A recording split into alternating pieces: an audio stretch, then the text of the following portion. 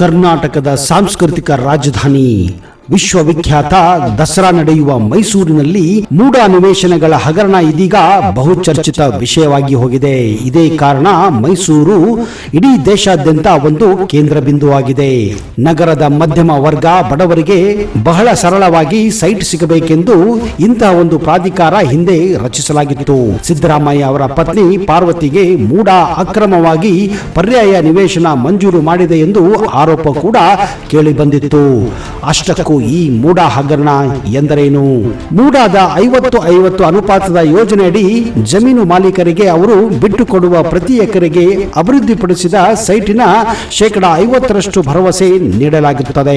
ಇದು 30x40 ಆಯಾಮದ ಅಂದ್ರೆ 30-40 ಸೈಟ್ ಸುಮಾರು 9 ಅಭಿವೃದ್ಧಿಪಡಿಸಿದ ಪ್ಲಾಟ್ಗಳಿಗೆ ಕೆಲಸ ಮಾಡುತ್ತದೆ ಮತ್ತು ಚಾಲ್ತಿಯಲ್ಲಿರುವ ಮಾರುಕಟ್ಟೆ ದರದಲ್ಲಿ ಅದನ್ನ ಯಾರಿಗಾದರೂ ಮಾರಾಟ ಮಾಡಲು ಅವರಿಗೆ ಸ್ವಾತಂತ್ರ್ಯವನ್ನು ಕೂಡ ಕೊಡುತ್ತದೆ.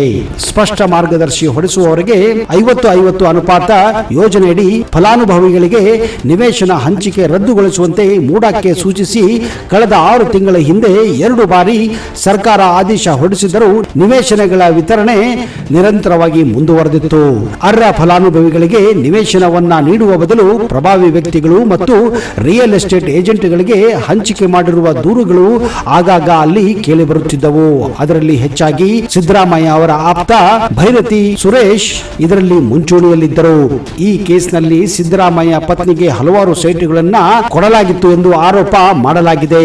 ಅಷ್ಟೇ ಅಲ್ಲದೆ ಸಿದ್ದರಾಮಯ್ಯ ಈ ಒಂದು ಹಗರಣದಲ್ಲಿ ಸಿಲುಕಿ ಹಾಕಿಕೊಂಡಿರುವುದು ಸ್ಪಷ್ಟವಾಗಿದೆ.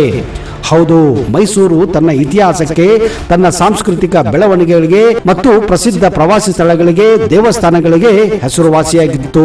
ಆದರೆ ಸಿದ್ದರಾಮಯ್ಯನವರ ಈ ಒಂದು ಹಗರಣ ಮೈಸೂರು ನಗರಕ್ಕೆ ಒಂದು ಕಪ್ಪು ಚುಕ್ಕೆ ಇಟ್ಟಂಗಾಗಿದೆ. ಅಷ್ಟಕ್ಕೂ ಈ ಮೈಸೂರಿನ ಇತಿಹಾಸ ಎಂತಹದ್ದು, ಅದರ ಹಿರಿಮೆ ಎಂತಹದ್ದು ಅಂತ ತಿಳಿದುಕೊಳ್ಳಲು ನೀವು ನೂರಾರು ವರ್ಷಗಳ ಹಿಂದೆ ಹೋಗಬೇಕಾಗುತ್ತದೆ. ಪ್ರಸ್ತುತ ರಾಜ್ಯ ಕರ್ನಾಟಕವನ್ನ 1973ರವರೆಗೆ ಮೈಸೂರು ಎಂದು ಕರೆಯಲಾಗುತ್ತಿತ್ತು. ಮೈಸೂರು ನಗರದ ಸ್ಥಾಪನೆ ಸುಮಾರು 11ನೇ ಶತಮಾನದಲ್ಲಿ ನಡೆಯುತ್ತೆಂದು ನಂಬಲಾಗಿದೆ. 14ನೇ ಶತಮಾನದ ಕೊನೆಯ ಹೊತ್ತಿಗೆ ಒಡೆಯರ್ ವಂಶದ ಅರಸರು ಮೈಸೂರನ್ನು ಆಳಲು ಆರಂಭಿಸಿದರು.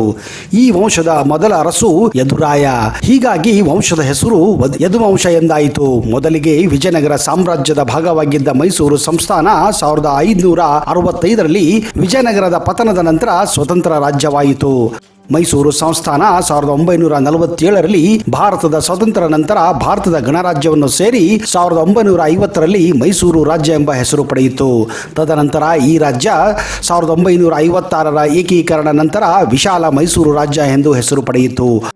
ಆ ಬಳಿಕ 1973ರಲ್ಲಿ ಕರ್ನಾಟಕ ರಾಜ್ಯ ಎಂಬ ಹೆಸರು ಸ್ಥಿರವಾಯಿತು.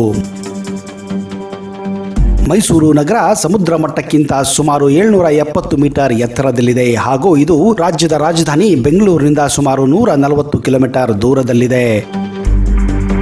ಮೈಸೂರಿನಲ್ಲಿ ಪ್ರತಿ ವರ್ಷ ವಿಜೃಂಭಣೆಯಿಂದ ದಸರಾ ಹಾಗೂ ನವರಾತ್ರಿ ಹಬ್ಬಗಳನ್ನು ಆಚರಿಸಲಾಗುತ್ತದೆ. ಮೈಸೂರು ಹೆಸರು ಆಂಗ್ಲ ಭಾಷೆಯಿಂದ ರೂಪಾಂತರಗೊಂಡಿದೆ. ಆದರೆ ಇದರ ಮೂಲ ಹೆಸರು ಮಹಿಷಪುರಿ, ಮಹಿಷೂರು. ಇದರ ಅರ್ಥ ಮಹಿಷನ ವಾಸಸ್ಥಾನ ಎಂದು ಕನ್ನಡದಲ್ಲಿ ಹೇಳಬಹುದು. ಮಹಿಷ ಎಂದರೆ ಮಹಿಷಾಸುರ ಎಂಬ ಪುರಾಣದಲ್ಲಿ ಬರುವ ಒಬ್ಬ ರಾಕ್ಷಸ. ಈತ ಮಾನವ ಮತ್ತು ಎಮ್ಮೆ ಎರಡೂ ರೂಪದಲ್ಲಿರುವ ವ್ಯಕ್ತಿ. ಆ ರಾಕ್ಷಸ ತಾಯಿ ಚಾಮುಂಡೇಶ್ವರಿಯಿಂದ ಹತನಾಗುತ್ತಾನೆ. ಬಳಿಕ ಚಾಮುಂಡೇಶ್ವರಿ ಅದೇ ಬೆಟ್ಟದ ಮೇಲೆ ನೆಲೆಗೊಳ್ಳುತ್ತಾಳೆ. ತದನಂತರ ಈ ಊರು ಮೈಸೂರು, ಮೈಸೂರು, ಮಸೂರು ಆಗಿ ತದನಂತರ ಕೊನೆಯದಾಗಿ ಆಂಗ್ಲರ ಕಾಲದಲ್ಲಿ ಇದು ಮೈಸೂರು ಎಂದು ಬದಲಾವಣೆಯಾಯಿತು. 1935ರಲ್ಲಿ MV ಗೋಪಾಲಸ್ವಾಮಿ ಮೈಸೂರಿನಲ್ಲಿ ಭಾರತದಲ್ಲೇ ಮೊದಲ ಖಾಸಗಿ ರೇಡಿಯೋ ಪ್ರಸಾರ ಕೇಂದ್ರವನ್ನು ಆರಂಭಿಸಿದರು. ಮೈಸೂರು ವಿಶ್ವವಿದ್ಯಾಲಯ ಮತ್ತು ಮೈಸೂರು ವೈದ್ಯಕೀಯ ಕಾಲೇಜುಗಳು ಕ್ರಮವಾಗಿ 1916 ಹಾಗೂ 1924ರಲ್ಲಿ ಸ್ಥಾಪನೆಯಾದ ಕರ್ನಾಟಕದ ಮೊಟ್ಟ ಮೊದಲ ವಿಶ್ವವಿದ್ಯಾಲಯ ಹಾಗೂ ವೈದ್ಯಕೀಯ ಕಾಲೇಜುಗಳಾಗಿದ್ದವು. ಬಾಲಕಿಯರಿಗಾಗಿ ಪ್ರತ್ಯೇಕವಾಗಿ ಒಂದು ಪ್ರೌಢಶಾಲೆಯನ್ನ 1981ರಲ್ಲಿ ಸ್ಥಾಪಿಸಲಾಯಿತು. ತದನಂತರ ಇದನ್ನು ಮಹಾರಾಣಿ ಮಹಿಳಾ ಕಾಲೇಜ್ ಆಗಿ ಪರಿವರ್ತನೆ ಮಾಡಲಾಯಿತು. ಮೈಸೂರು ನಗರದಲ್ಲಿ 1959ರಲ್ಲಿ ಕನ್ನಡದಲ್ಲಿ ವಾರಪತ್ರಿಕೆಯನ್ನು ಪ್ರಕಟಿಸಿದ ಮೊಟ್ಟ ಮೊದಲ ನಗರವಾಗಿದೆ. 1399ರಿಂದ 1947 ನಡುವೆ ಒಡೆಯರು ತಮ್ಮ ಸಾಮ್ರಾಜ್ಯವನ್ನು ಸ್ಥಿರವಾಗಿ ಆಳಿದರು. ಮೈಸೂರು ಒಡೆಯರು ಭಾರತದ ಇತಿಹಾಸದಲ್ಲಿ 500ಕ್ಕೂ ಹೆಚ್ಚು ವರ್ಷಗಳ ಕಾಲ ರಾಜ್ಯವನ್ನು ಆಳಿದ ಏಕೈಕ ಭಾರತೀಯ ರಾಜಮನೆತನವ ಹೆಮ್ಮೆ ನಮಗಿದೆ. ಮೈಸೂರು ಮೃಗಾಲಯ 245 ಎಕರೆಯಷ್ಟು ಇರುವ ಈ ಮೃಗಾಲಯ ದಕ್ಷಿಣ ಭಾರತದ ಪ್ರಾಚೀನ ಪ್ರಸಿದ್ಧ ಮೃಗಾಲಯಗಳಲ್ಲಿ ಒಂದು. ಇಲ್ಲಿ ವಿವಿಧ ಸೀಮೆ, ವಿವಿಧ ಪಂಗಡ ಪ್ರಾಣಿ, ಪಕ್ಷಿ, ಸರೀಸೃಪಗಳನ್ನು ನೀವು ಕಾಣಬಹುದು. ಈ ಮೃಗಾಲಯ 1992ರಲ್ಲಿ ಆಗಿನ ಮಹಾರಾಜದಂತ ಶ್ರೀ ಚಾಮರಾಜ ಒಡೆಯರವರು ಬೇಸಿಗೆ ಅರಮನೆಯಲ್ಲಿ ಪ್ರಾರಂಭಿಸಿದರು. ಮುಂದಿನ 10 ವರ್ಷಗಳಲ್ಲಿ ಇದು 45 ಎಕರೆ ವಿಶಾಲ ಪ್ರದೇಶವಾಗಿ ವಿಸ್ತಾರ ಮಾಡಲಾಯಿತು. ಮೂಲತಃ ಇದು ಅರಮನೆ ಮೃಗಾಲಯ ಎಂದು ಕರೆಯಲ್ಪಟ್ಟಿದ್ದು 1909ರಲ್ಲಿ ಶ್ರೀ ಚಾಮರಾಜೇಂದ್ರ ಪ್ರಾಣಿಶಾಸ್ತ್ರದ ಉದ್ಯಾನ ಎಂದು ಮರುನಾಮಕರಣ ಮಾಡಲಾಯಿತು. ಮೈಸೂರು ನಗರ ಅರಮನೆಗಳ ನಗರ ಎಂದೇ ಕರೆಯಲಾಗುತ್ತದೆ. ಅಂಬಾವಿಲಾಸ ಅರಮನೆ ಮೈಸೂರು ನಗರದಲ್ಲಿರುವ ಅನೇಕ ಅರಮನೆಗಳಲ್ಲಿ ಮುಖ್ಯವಾದ ಅರಮನೆ. ಮೈಸೂರು ಅರಮನೆ ಎನ್ನುವಾಗ ಸಾಮಾನ್ಯವಾಗಿ ಮುಖ್ಯ ಅರಮನೆಯಾದ ಅಂಬಾವಿಲಾಸವನ್ನು ನಿರ್ದೇಶಿಸಿ ಹೇಳಲಾಗುತ್ತದೆ.